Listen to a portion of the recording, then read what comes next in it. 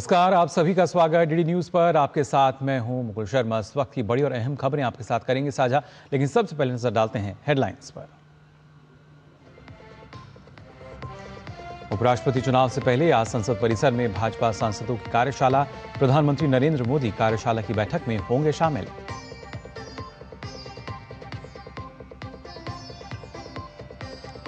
गुरदासपुर के बाढ़ पीड़ितों ने स्थानीय प्रशासन पर लगाया अनदेखी का आरोप। कहा 10 दिनों तक देश के बाकी हिस्सों से कटा रहा संपर्क, लेकिन किसी ने नहीं ली सुध।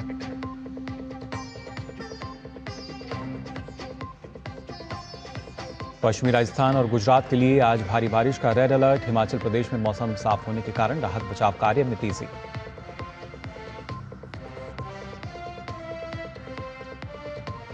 राजगीर में चल रहे एशिया कप हॉकी का फाइनल आज। भारत और दक्षिण कोरिया के बीच होगी खिताबी भिड़ंत। वाशिंगटन डीसी में नेशनल गार्ड की तैनाती के खिलाफ हजारों लोग सड़क पर उतरे। प्रदर्शनकारियों ने ट्रंप से मांगा इस्तीफा।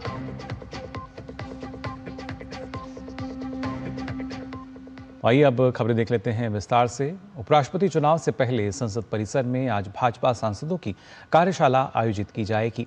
प्रधानमंत्री नरेंद्र मोदी भी कार्यशाला की बैठक में शामिल होंगे। 2 दिवसीय कार्यशाला में लगभग 4 सेशन होंगे, जिनमें पार्टी के इतिहास और विकास पर चर्चा और सांसदों की कार्यकुशलता बढ़ाने पर काम किया जाएगा। कार्यशाला का मकसद उपराष्ट्रपति चुनाव से पहले 100% वोटिंग के लिए सांसदों को सही ट्रेनिंग देना है। ट्रेनिंग सेशन में सांसदों को बैलेट पेपर पर सही निशान लगाने, चुनाव अधिकारी की ओर से दिया गया पेन का इस्तेमाल करने और बैलेट पेपर को सही तरीके से मोड़कर बॉक्स के अंदर डालने की जानकारी दी जाएगी, ताकि वोट अमान्य ना हो। दरअसल गुप्त मतदान में पार्टी व्हिप लागू नहीं होता है। ऐसे में एनडीए का फोकस क्रॉस वोटिंग रोकने और अवैध वोटों को कम करने पर है। उपराष्ट्रपति चुनाव के लिए 9 सितंबर को वोटिंग होगी और काउंटिंग भी 9 सितंबर को होगी। एनडीए ने महाराष्ट्र के राज्यपाल सीपी राधाकृष्णन को उपराष्ट्रपति पद का उम्मीदवार बनाया है। उनका मुकाबला इंडी गठबंधन के उम्मीदवार और सुप्रीम कोर्ट के रिटायर्ड जज जस्टिस बी सुदर्शन रेड्डी से होगा। सेवा पखवाड़ा अभियान इस महीने की 17 तारीख से शुरू होने जा रहा है। सेवा पखवाड़ा अभियान के अंतर्गत कल भाजपा केंद्रीय कार्यालय में कार्यशाला का आयोजन हुआ। इस कार्यक्रम में दिल्ली की मुख्यमंत्री रेखा गुप्ता, भाजपा के राष्ट्रीय महामंत्री सुनील बंसल, भाजपा प्रदेश अध्यक्ष वीरेंद्र सचदेवा सहित अन्य भाजपा नेताओं ने भाग लिया। मुख्यमंत्री रेखा गुप्ता ने कहा कि 17 सितंबर से 2 अक्टूबर तक चलने वाले इस अभियान में शिक्षा, स्वास्थ्य, स्वच्छता, आवास और नागरिक सुविधाओं से जुड़ी 75 नई सेवाएं जनता को समर्पित की जाएंगी। उन्होंने कहा कि इसके साथ ही 150 आयुष्मान आरोग्य मंदिर भी शुरू किए जाएंगे। वहीं दिल्ली भाजपा अध्यक्ष वीरेंद्र सचदेवा ने कहा कि सेवा पखवाड़ा अभियान समाज में सकारात्मक परिवर्तन का आधार बने, यही भाजपा की सामूहिक संकल्पना है। प्रधानमंत्री नरेंद्र मोदी ने फ्रांस के राष्ट्रपति इमैनुअल मैक्रोन से फोन पर बातचीत की।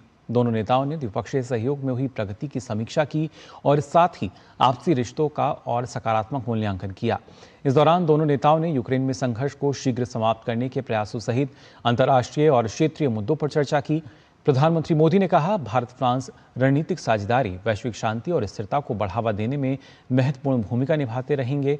वहीं फ्रांस के राष्ट्रपति मैक्रोन ने पेरिस में यूक्रेन के राष्ट्रपति जेलेंस्की और नाटो गठबंधन के सहयोगियों के साथ हुई बातचीत के बारे में बताया। राष्ट्रपति मैक्रोन ने कहा कि भारत और फ्रांस यूक्रेन में न्यायपूर्ण और स्थायी शांति स्थापित करने के लिए समान रूप से प्रतिबद्ध हैं। प्रधानमंत्री मोदी ने अगले वर्ष फरवरी महीने में भारत में होने वाले आर्टिफिशियल इंटेलिजेंस इम्पैक्ट शिखर सम्मेलन के लिए निमंत्रण स्वीकार करने के लिए राष्ट्रपति मैक्रोन को धन्यवाद दिया और भारत में उनका स्वागत करने की उत्सुकता व्यक्त की। प्रधानमंत्री मोदी ने यूरोपीय परिषद के अध्यक्ष एंटोनियो कोस्टा और यूरोपीय आयोग के अध्यक्ष उर्सुला वॉन डेर लेन के साथ हाल ही में बातचीत की थी।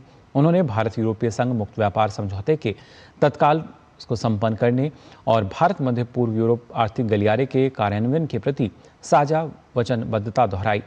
उन्होंने भारत और यूरोपीय संघ के बीच रणनीतिक साझेदारी की स्थिरता और नियम आधारित व्यवस्था को बढ़ावा देने में महत्वपूर्ण भूमिका निभाने के प्रति सहमति जताई। और बात कर लेते हैं मौसम की। मौसम विभाग ने आज पश्चिमी राजस्थान और गुजरात में मूसलाधार बारिश के लिए रेड अलर्ट जारी किया है। मौसम विभाग के अनुसार पूर्वी राजस्थान, कोंकण, गोवा और मध्य महाराष्ट्र में कुछ स्थानों पर आज बहुत तेज बारिश की संभावना है। इसके साथ ही अरुणाचल प्रदेश, असम, मेघालय, नागालैंड, मणिपुर, मिजोरम और त्रिपुरा में भी अनेक स्थानों पर तेज बारिश का अनुमान है। वहीं ओडिशा, पश्चिम बंगाल के उपहिमालय क्षेत्र, तमिलनाडु, पुदुचेरी, कराईकल और उत्तराखंड में भी ऐसे ही हालात बने रहने के आसार हैं। इस बीच मौसम विभाग का कहना है कि तटीय आंध्र प्रदेश और दक्षिण मध्य कर्नाटका में कुछ स्थानों पर तेज हवाएं चलने की संभावना है।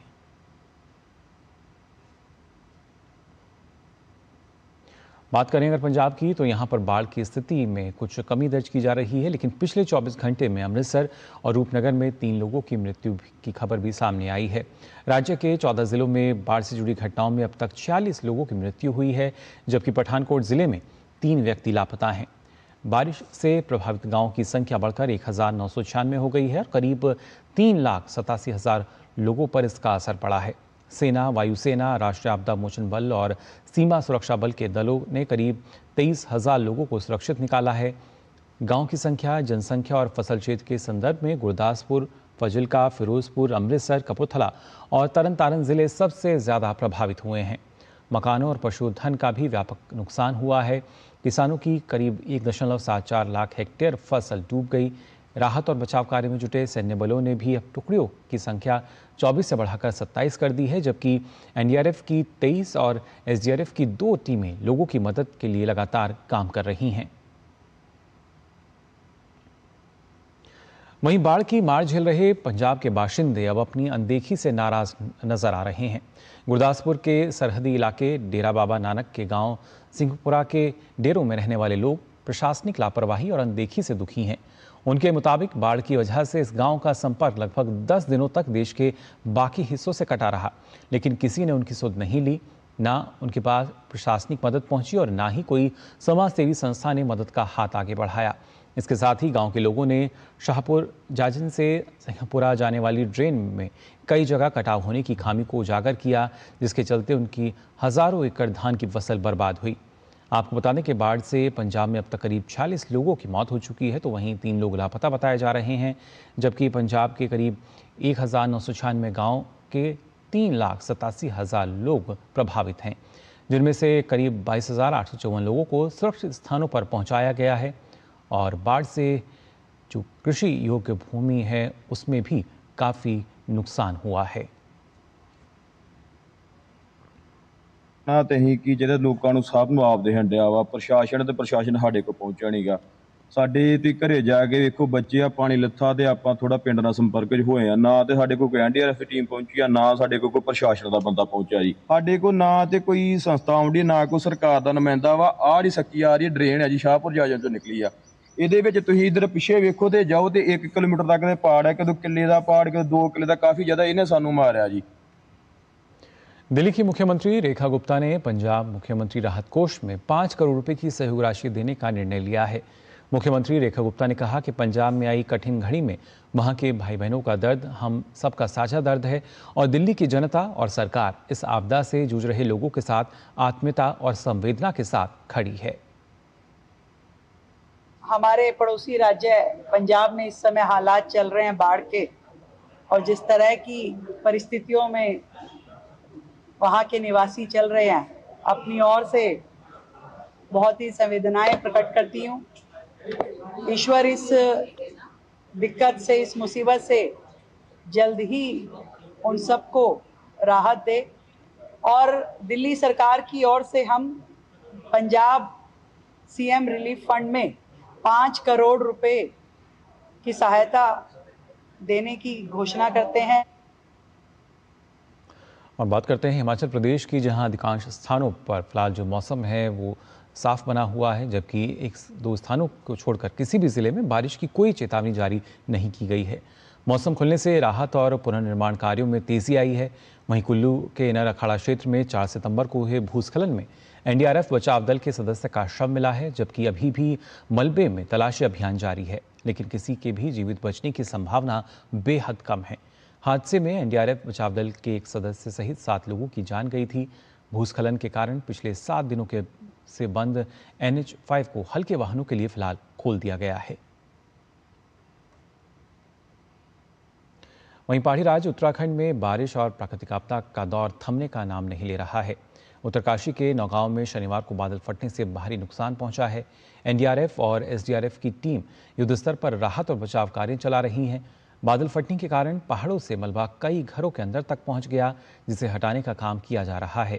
वहीं नौगांव में सड़कों पर मलबा आ जाने से सड़क किनारे खड़े कुछ वाहन भी इसकी चपेट में आ गए। रेस्क्यू टीम लोगों को सुरक्षित स्थानों पर पहुंचाने का काम कर रही है। दिल्ली में पुराने रेलवे पुल पर यमुना नदी का जलस्तर कल रात 8 बजे कम होकर 205.98 मीटर पर पहुंच गया, जो कई दिन से 207 मीटर के आसपास था। हालांकि जलस्तर अब भी खतरे के निशान 205.33 मीटर से ऊपर है। आसपास के कई निचले इलाकों में पानी भर गया है, जिससे स्थानीय निवासियों को परेशानियों का सामना करना पड़ रहा है। प्रशासन और सरकार की ओर से लगातार हालात पर नजर रखी जा रही है और सभी संबंधित एजेंसियां अलर्ट पर हैं। दिल्ली में चेतावनी का निशान 204.50 मीटर है, जबकि खतरे का निशान यानी जलस्तर जो है वो 205.33 मीटर है। उज्जैन में शिप्रा नदी में पुल से एक कार गिर गई। बताया जा रहा है कि इसमें कम से कम 2 से 3 लोग सवार थे। एनडीआरएफ एसडीआरएफ की टीमों के द्वारा बचाव और तलाशी अभियान चलाया गया। हालांकि देर रात तक कोई खास जानकारी बाहर नहीं आई थी। वहीं उज्जैन के एसपी ने बताया है कि इस पुल पर एक सफ़ेद कार जो है वो नदी में गिरने की सूचना मिली। पानी का बहाव तेज़ है और ड्यूटी पर मौजूद पुलिसकर्मियों का अनुमान है कि कार में कम से कम 2 से 3 लोग सवार थे।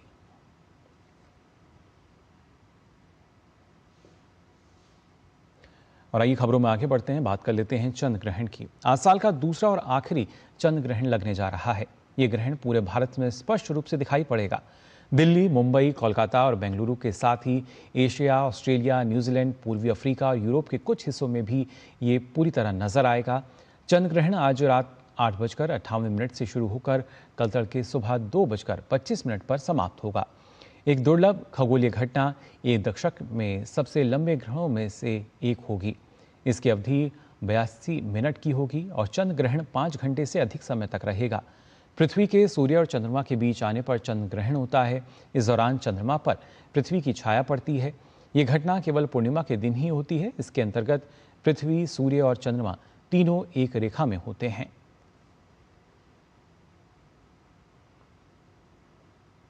बात कर लेते हैं बिहार की भी, जहां विकास जो है वो तेजी से होता हुआ नजर आ रहा है। ऐसे में राज्य सरकार महिलाओं के विकास के लिए कोई भी कसर छोड़ना नहीं चाहती है।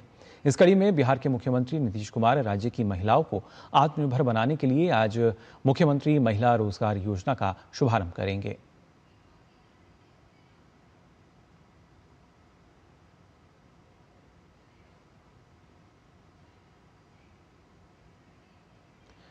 इसके साथ ही आपको बता दें, झारखंड की अगर बात की जाए तो झारखंड के चाईबासा में सुरक्षा बलों के साथ मुठभेड़ में 10 लाख रुपए के इनामी माओवादी अमित हस्ता उर्फ आपात जो है वो मारा गया है।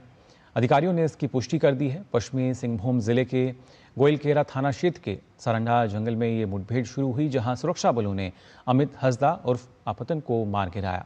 घटनास्थल से एक SLR राइफल, विस्फोटक और अन्य हथियार जब्त किए गए हैं। मुठभेड़ के बाद सुरक्षाकर्मियों ने अन्य माओवादी ठिकानों का पता लगाने के लिए जंगल क्षेत्र में व्यापक तलाशी अभियान भी चलाया। ये घटना झारखंड के पलामू जिले में प्रतिबंधित तृतीय सम्मेलन प्रस्तुति समिति के माओवादियों के साथ हुई हिंसक गोलाबारी के कुछ दिन बाद हुई है, जिसमें 2 पुलिसकर्मी मारे गए थे और एक अन्य गंभीर रूप से घायल हो गया था।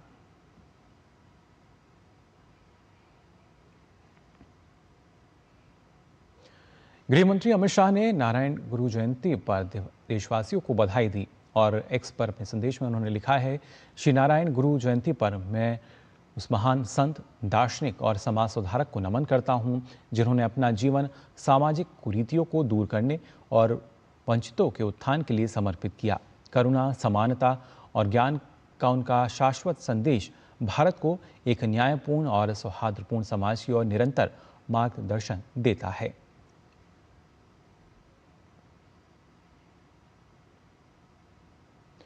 शनिवार को अनंत चतुर्दशी के मौके पर पूरे महाराष्ट्र में गणपति विसर्जन की धूम देखने को मिली। हर ओर ढोल ताशों की गूंज और गणपति बप्पा मोरया के जयकारों के साथ बप्पा को विदाई दी गई। गणपति विसर्जन यात्रा का शानदार नज़ारा पुणे में भी देखने को मिला, जहां दगलू शेठ हलवाई गणपति की विदाई यात्रा में श्रद्धालुओं का हुजूम उमड़ता हुआ नजर आया। बेहद ही खूबसूरत रथ पर सवार होकर जब गणनायक निकले तो इस यात्रा में शामिल हर कोई झूम उठा। आगे आगे चलते भक्तों का रेला और पीछे रथ पर शान से विराजमान गणेश जी। कुछ ऐसे ही निहाल कर देने वाले दृश्य पुणे के भाऊ साहेब रंगारी गणपति की विदाई यात्रा में भी देखने को मिले। श्रद्धा और आस्था से लबरेज श्रद्धालु बप्पा को शानदार विदाई देने के लिए भारी संख्या में यात्रा में शामिल हुए। इस यात्रा में महाराष्ट्र की पारंपरिक मार्शल कलाएं जैसे लाठी डंडा, तलवारबाजी भी देखने को मिली।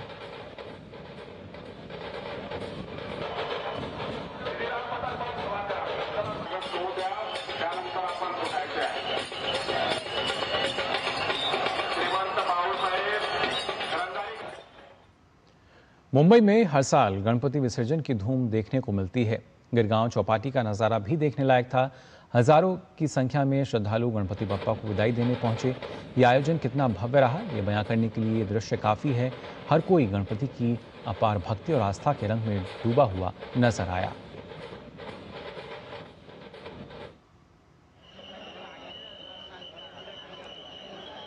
तो गणपति बप्पा को विदाई दी गई और इस दौरान भक्तों की भारी भीड़ जो है वो नजर आई। गणपति बप्पा मोरया के जयकारों से तमाम जो पंडल है वो गूंजते नजर आए और उसके बाद सभी ने बप्पा को विदाई दी इस वादे के साथ कि अगले बरस वो जल्दी आए।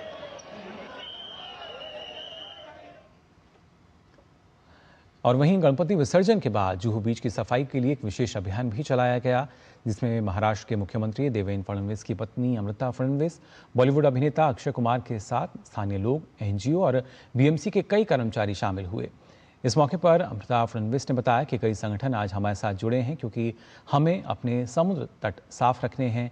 जैसे त्यौहार मनाना हमारा अधिकार है, वैसे ही साफ सफाई रखना हमारी जिम्मेदारी भी है।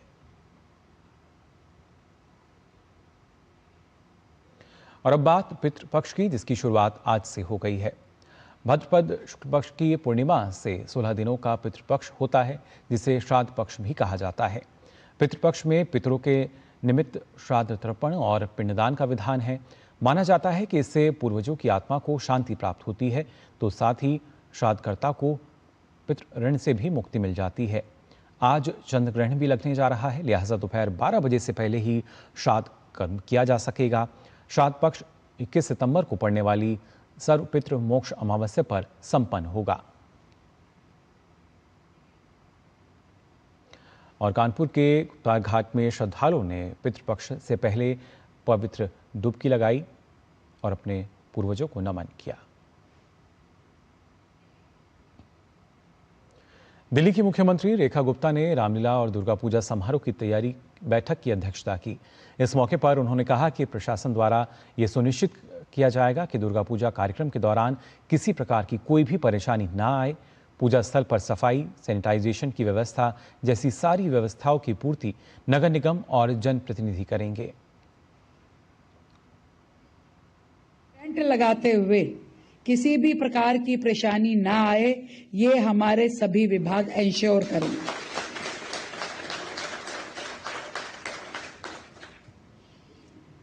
वहां पे कार्यक्रम करते हुए आपको निश्चित रूप में कुछ चीजों की जरूरत जरूर पड़ती होगी, जैसे कि वहां पे सैनिटेशन, सफाई व्यवस्था, फोगिंग, ये सारी की सारी व्यवस्थाएं आपको हमारा दिल्ली नगर निगम, हमारे जनप्रतिनिधि पूरी तरीके से मुहैया करवाएंगे।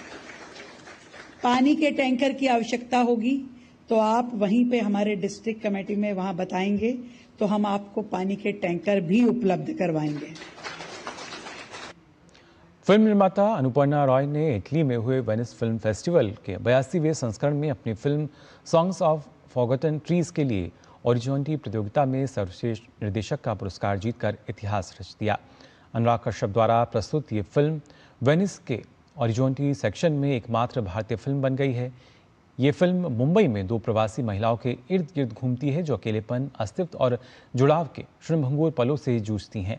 इस पुरस्कार की घोषणा फेस्टिवल के समापन समारोह के दौरान ओरिजिनलिटी जूरी के अध्यक्ष फ्रांसीसी फिल्म निर्माता ने की।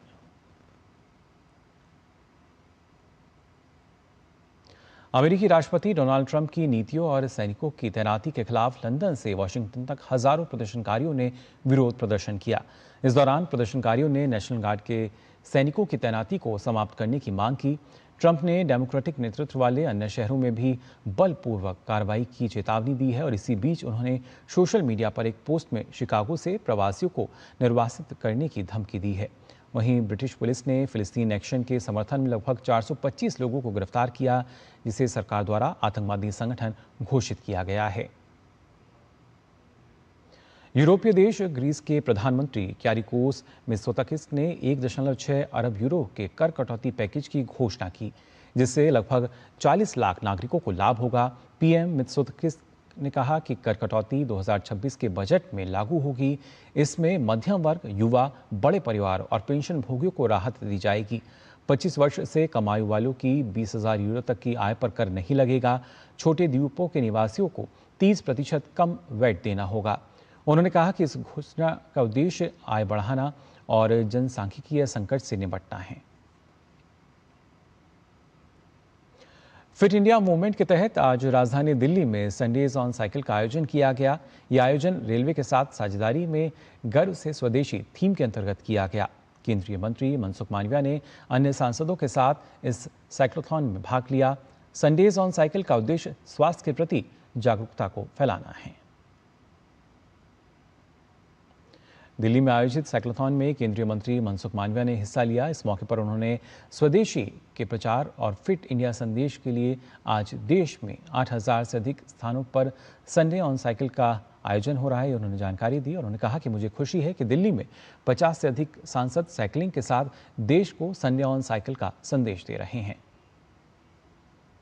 इंडिया का मंत्र और प्रधानमंत्री जी का स्वदेशी का मंत्र को बल देने के लिए आज देश में 8,000 से अधिक स्थानों पर संडे ऑन साइकिल का कार्यक्रम आयोजित हुआ है।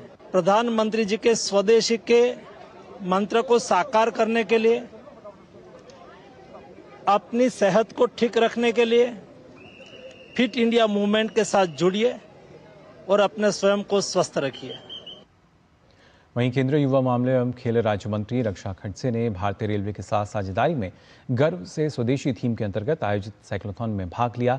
इस मौके पर रक्षा खड़से ने स्वास्थ्य के महत्व पर जोर दिया। उन्होंने कहा कि इस आयोजन का उद्देश्य स्वास्थ्य और साफ पर्यावरण के प्रति जागरूकता फैलाना है।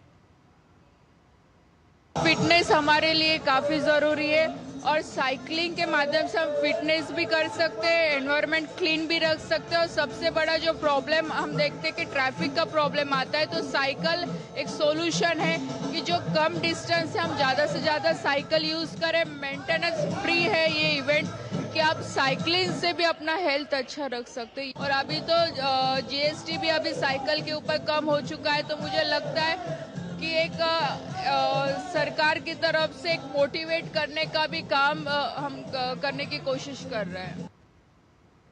और बात हॉकी की। बिहार के राजगीर में खेले जा रहे हॉकी एशिया कप का फाइनल मुकाबला आज मेजबान भारत और गत विजेता दक्षिण कोरिया के बीच खेला जाएगा। कल सुपर 4 के अपने तीसरे और आखिरी मुकाबले में भारत ने चीन को 7-0 से हराकर फाइनल में जगह बनाई। मैच में भारत ने शानदार शुरुआत की और पहले क्वार्टर में ही 2 गोल दाग कर 2-0 की बढ़त बना ली। भारत ने पहले फील्ड गोल के जरिए गोल किया, जबकि इसके बाद दूसरा गोल पेनल्टी कॉर्नर के जरिए आया। दूसरे क्वार्टर में भारत को एक और पेनल्टी कॉर्नर मिला, जिसे टीम ने एक गोल में बदलकर बढ़त को 3-0 कर दिया। हाफ टाइम तक स्कोर 3-0 रहा। भारतीय टीम का दमदार प्रदर्शन हाफ टाइम के बाद भी जारी रहा और टीम ने तीसरे और चौथे क्वार्टर को मिलाकर 4 गोल और कर मुकाबले को 7-0 से जीत लिया।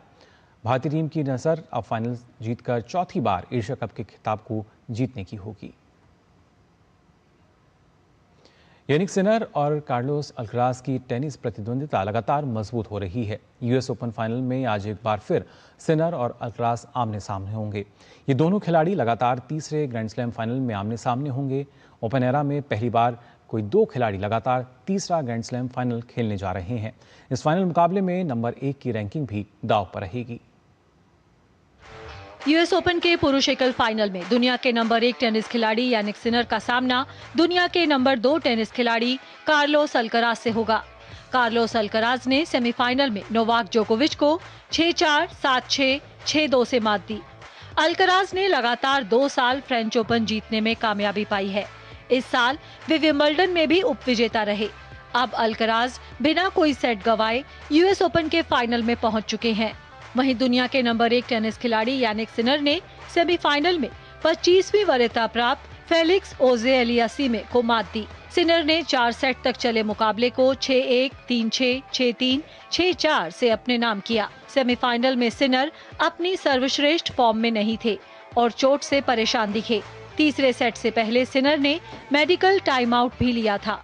टॉप फॉर्म में ना होने के बावजूद भी वे मैच को जीतने में कामयाब रहे। 24 वर्षीय सिनर ने इस साल ग्रैंड स्लैम्स में 27 में से 26 मैच जीते हैं। उन्होंने ऑस्ट्रेलियन ओपन और विंबलडन का खिताब जीता, वहीं फ्रेंच ओपन में उपविजेता रहे।